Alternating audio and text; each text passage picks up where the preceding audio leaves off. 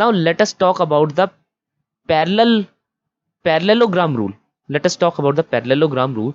So parallelogram rule says that if you are having two vectors, namely let us say that a vector and b vector, then what I can do is I can mark them or I can map them on a parallelogram as follow. So AB is representing my A vector, okay, whose tail is coinciding with that of my B vector itself. You have to coincide the tail of both of the vector over here at a common point. Let us say it is A over here. So this is my A vector, this is my B vector, and it is mapped to a parallelogram over here. So this is a parallelogram ABDC.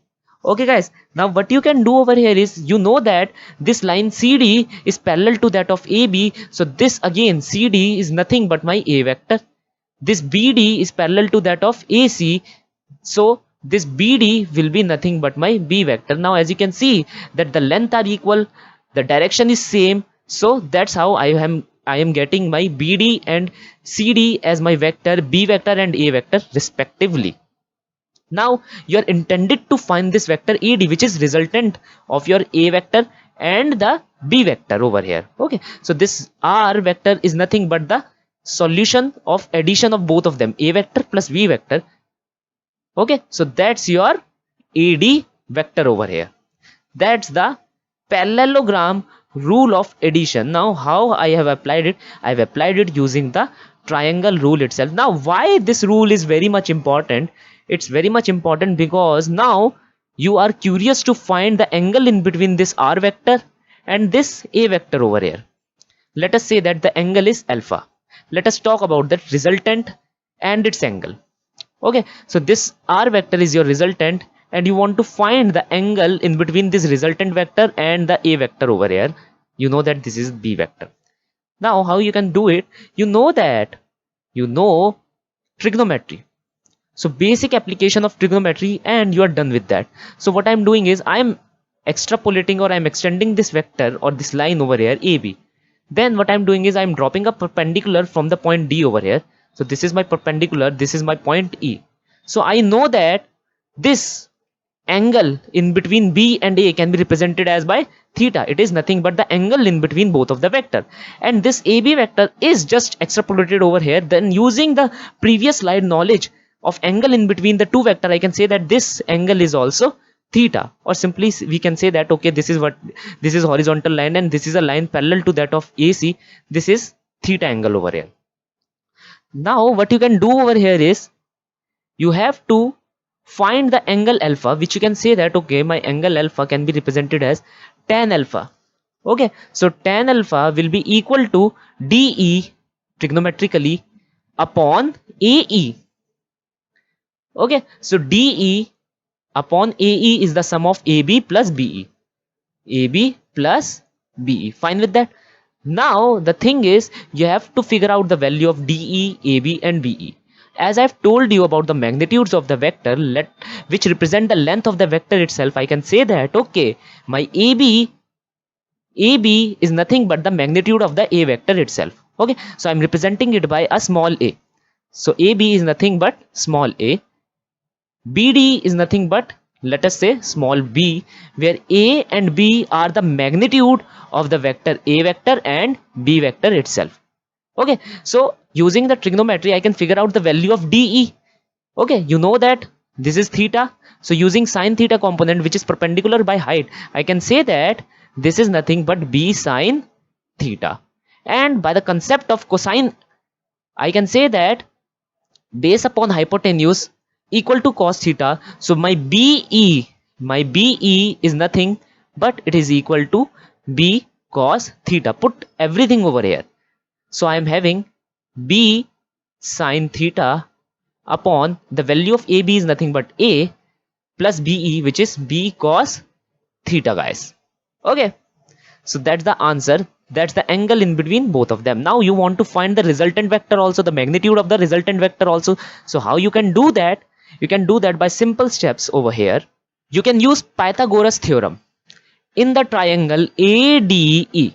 Okay, so AD whole square must be equal to AE whole square plus DE whole square. Okay, so AD will be nothing but square root of AE whole square plus DE whole square. And you know that AE is nothing but A plus B cos theta, A plus B cos theta whole square. DE is nothing but B sin theta whole square. You can simplify it further and you will be landing up with the following expression: A square plus B square 2AB cos theta, where theta is the angle in between both of the vectors. So henceforth this AD is nothing but the magnitude of the resultant vector. Okay, and this is the expression for it. Okay guys, now special point, you have to remember that you can add only the same kind of vector. Okay, that is, you cannot add a velocity vector with that of acceleration vector. You cannot do that. Okay, second thing is that this expression, this resultant R, is maximum if and only if your cos theta is maximum. So you know that cos theta is maximum at a value of 1 itself. Okay, so your resultant will be maximum if your cos theta equal to 1, that is your theta must be equal to 0. Okay, so you'll be landing up with A square plus B square plus 2AB, which is nothing but A plus B whole square formula. So A plus B whole square, and top of that you are having a square root over here, cuts out to be A plus B. If you are having equal magnitude, then you can represent your resultant as 2A cos theta by 2 by the simple application of trigonometry. And if you are having the same magnitude but the angle in between them is now, instead of theta, it's now pi minus theta, then you will be having R equal to 2A sin theta by 2, guys. Okay, use simple trigonometry to solve it. The resultant will be minimum if and only if cos theta is minimum, and the minimum value of cos theta, as you know, that it is nothing but -1 itself. Okay, that is your angle is 180 degree. So here your vectors are anti-parallel to each other, so your R will be minimum, that is a difference in between A and B. Now if your vectors are orthogonal, that is they are having an angle of 90 degree in between them, then you can say that cos theta at 90 degree is 0. So you'll be landing up with A square plus B square only. So you are having the following expression of your resultant vector. Fine with that? Now, as previously mentioned, that resultant of two vector can have any value in between A minus B to A plus B depending upon the angle in between them, and the magnitude of the resultant decreases as theta increases from 0 to 180 degree. Another point is minimum number of unequal coplanar vector whose sum can be 0 is 3. Why? Because if you use the triangle again, you can observe the triangle that okay, this is my A vector, this can represent my B vector, then this will certainly represent my C vector. Now this C vector is not the resultant of the A vector and the B vector, but it is coming in the addition of A vector and B vector. It is coming with the addition of the A vector and B vector. So A vector plus B vector plus C vector equal to 0 vector, a vector of length 0, which is nothing a point itself. Okay, so henceforth by the triangle itself I can say that minimum number of unequal coplanar vector whose sum can be 0 is 3. Then I can say that minimum number of coplanar vector whose sum can be 0 is 4. Now this is a hard thing for you to digest. Why? Because you know the coordinate system. Coordinate system is a system which is having x, y and z axis over here. So this is my x axis, this is my y axis, and this is my z axis over here, guys. Okay, so as you know that your coordinate system, you can plot a point over here which represent x, y and z. Okay, in a such a manner you can represent also a vector, okay, which is representing all of these three guys over here. Okay, so here you can see that the resultant of the three vector will be the fourth one vector, and if you add a negative vector to this fourth vector, then you will be landing up with the 0. So the maximum number of non-coplanar vector, non-coplanar means the vector which are not in the same plane, you can add up, their sum can be 0. Okay, so there will be only 4 of them. Okay, you cannot add fifth or sixth. Okay, you are restricted to 1, 2, 3 and then a negative vector, like as the same manner you have done in the triangle rule also. Okay, so that's a pretty much hard point for you to digest because you don't know about the coordinate geometry or the basic system over here of the mathematics. Okay, you won't be needing this point also. Okay, so you can skip this point. Okay, and if you do feel any problem, please write down in the comment section, I will tell you.